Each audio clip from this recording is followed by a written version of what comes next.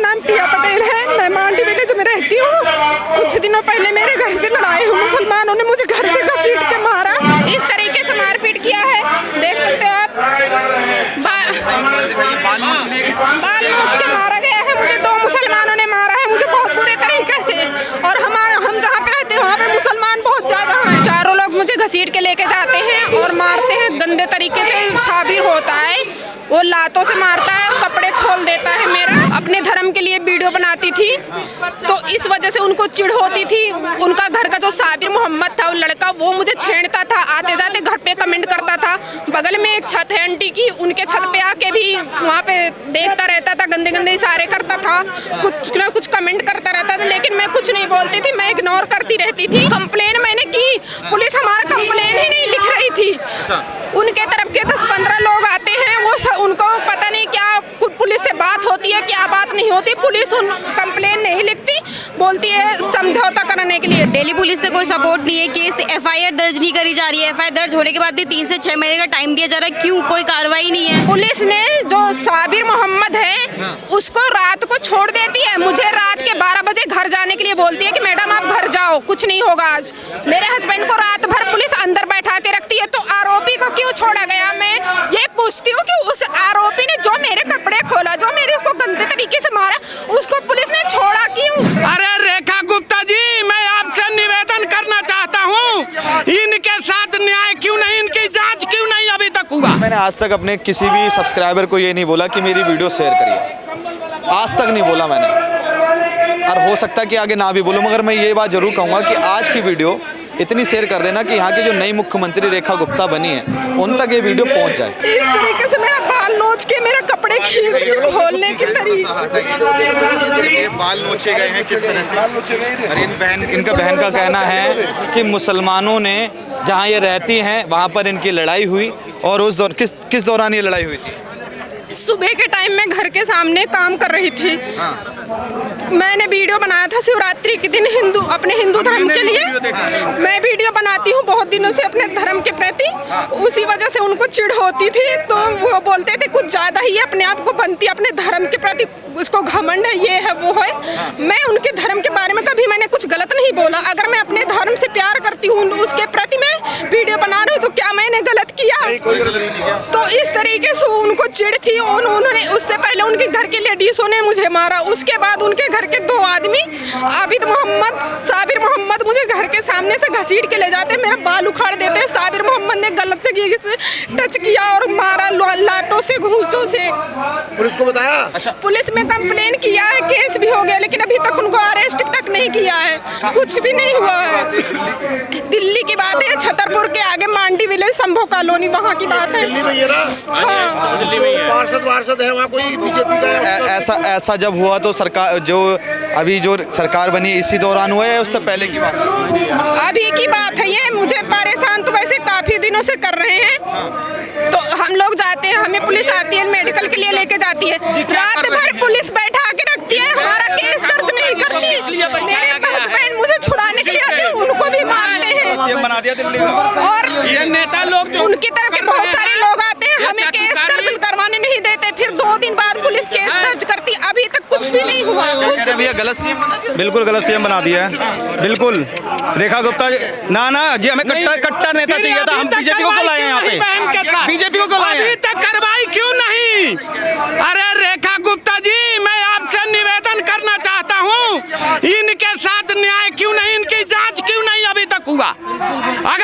अगर आपको बैठाया है, कौन बैठाया है? हिंदुओं ने बैठाया है रेखा गुप्ता जी को। मानने थोड़ा बहुत दिल्ली में इस बार सनातन भाइयों ने आपको बैठाया है, बहन के साथ अत्याचार क्यों हुआ अभी तक? होगा ना, और अभी तक ये कहाँ है प्रशासन?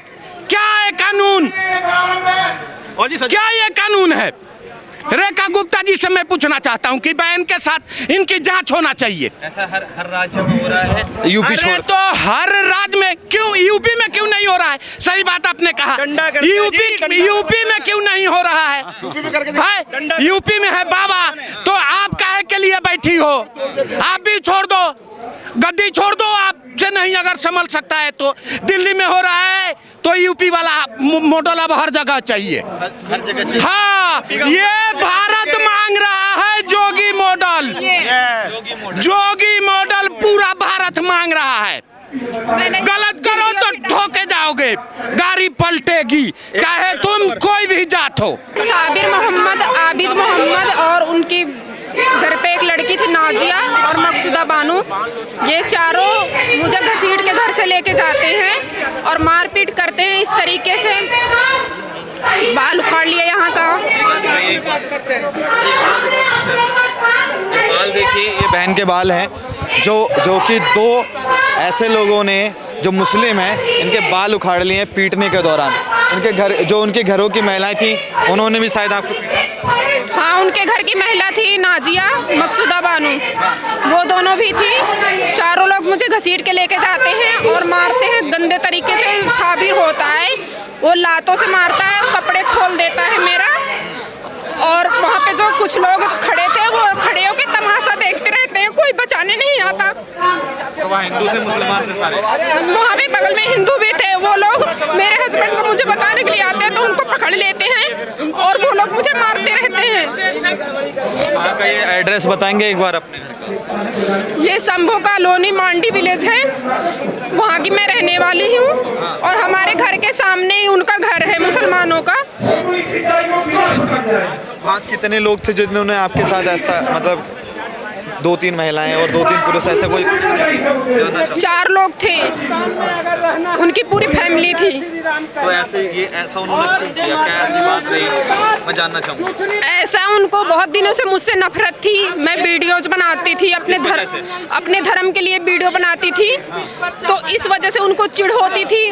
उनका घर का जो साबिर मोहम्मद था, वो लड़का, वो मुझे छेड़ता था, आते जाते घर पे कमेंट करता था। बगल में एक छत है आंटी की, उनके छत पे आके भी वहाँ पे देखता रहता था, गंदे गंदे इशारे करता था, कुछ ना कुछ कमेंट करता रहता था, लेकिन मैं कुछ नहीं बोलती थी, मैं इग्नोर करती रहती थी। और उसका सपोर्ट उसकी पूरी फैमिली करती थी। अच्छा, तो आपने इस बात की कभी कहीं कंप्लेंट करी है? मैंने कंप्लेन नहीं किया, लेकिन मैं घर में बोलती थी, मेरे घर वाले बोलते थे कोई बात नहीं, इग्नोर करो, घर से बाहर मत निकलो, फालतू बाहर मत खड़े हो, छत पे मत खड़े हो। मैं कितना बर्दाश्त करूं। फिर उस दिन ये लोग, मैं नीचे रहती हूँ, मैं ऊपर, मतलब जब भी कोई लड़ाई होती थी ये बोलते नीचे आ तुझे बताएंगे, नीचे आ तुझे बताएंगे। उस दिन मैं नीचे थी और ये लोग आते हैं और घसीट के गेट के पास से लेके जाते हैं मुझे। अच्छा, जब ये वारदात हुई तो उसके बाद कंप्लेंट करी आपने? कंप्लेन मैंने की, पुलिस हमारा कंप्लेन ही नहीं लिख रही थी। उनके तरफ के 10-15 लोग आते हैं, वो उनको पता नहीं क्या पुलिस से बात होती है, क्या बात नहीं होती। पुलिस कंप्लेन नहीं लिखती, बोलती है समझौता करने के लिए। समझौता, हमने बोला नहीं, हमारे साथ इस तरीके से मारपीट किया है इन लोगों ने, मैं समझौता नहीं करूँगी। भैया सीओ अनुज चौधरी जैसा ही बंदा चाहिए। दिल्ली पुलिस कभी साथ नहीं देगी, मैं कह रहा हूँ, दिल्ली पुलिस कभी साथ नहीं देगी। हिंदू मुस्लिम का जब भी विवाद होगा ना, मैं कह रहा हूँ इस बात को, एक मुझे दिखा दीजिए जहाँ पे हिंदू के साथ पुलिस खड़ी हो। हर जगह पे हिंदू को ही गलत ठहराते हैं। इस बहन के साथ जो हुआ ना, ये एग्जाम्पल है, और ये आने वाले टाइम पे अगर ऐसा रहा और ऐसे सिस्टम रहा ना, और भी देखने को मिलेगा। तो सीओ अनुज चौधरी जैसा ही बंदा चाहिए इनको, जो पिछवाड़े में डंडा डाल दे इनके। अच्छा, आपका क्या नाम है? आप इनके पूजा।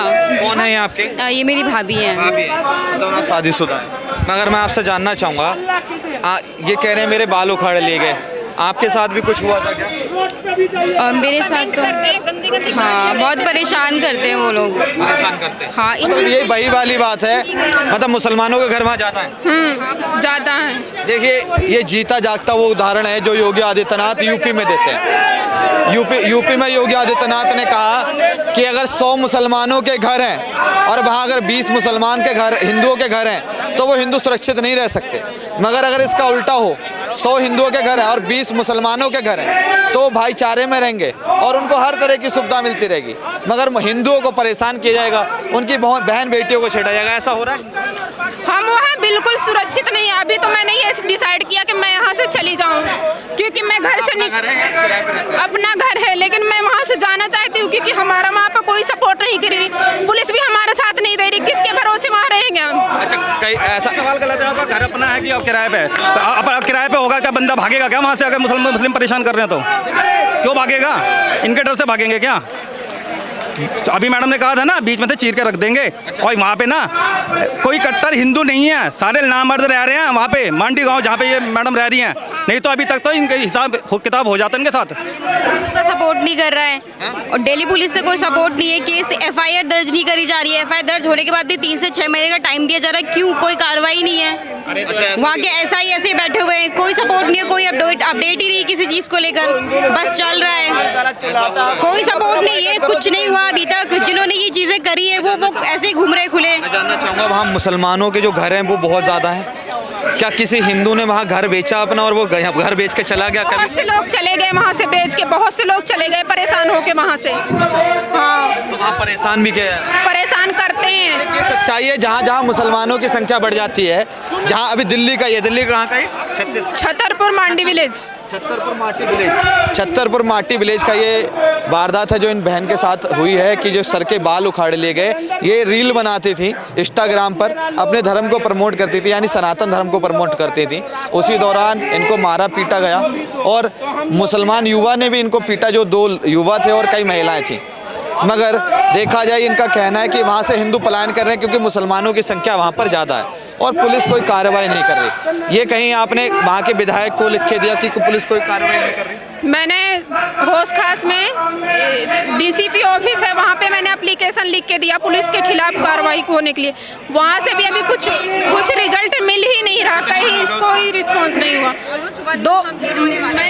1 मंथ कंप्लीट होने वाला, कोई कॉल नहीं, कोई रिस्पॉन्स नहीं है। 1 मार्च की बात है, 1 मार्च को लड़ाई हुई थी, 1 मार्च की बात है।